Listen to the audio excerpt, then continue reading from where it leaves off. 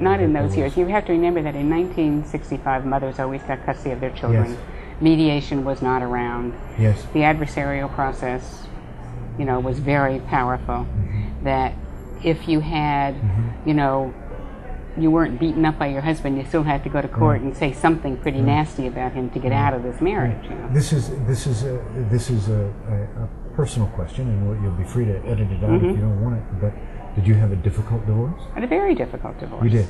A very difficult divorce. Because I hate to say this in the presence of a lawyer, mediator, but I had a difficult divorce because it got escalated by lawyers stepping into the middle of it. It started off where it wouldn't have been so bad, but then it ended up getting way out of hand with flying kids back and forth, kidnapping children back and forth, going from state to state in terms of which state are we going to, have this divorce in.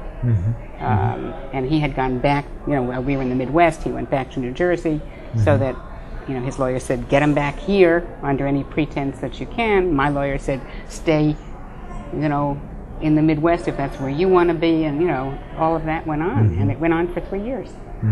So it was pretty messy. And didn't feel, and I'm using this as to be very candid, kind of as a setup question for later on, because I happen to think that still a lot of that thinking is still rampant, is that didn't feel you had any other choices or weren't aware of other choices. At that time, and don't forget, and I was, fairly well educated. Yes. Although not in this area particularly, but fairly well educated. I had no idea that there was any other option.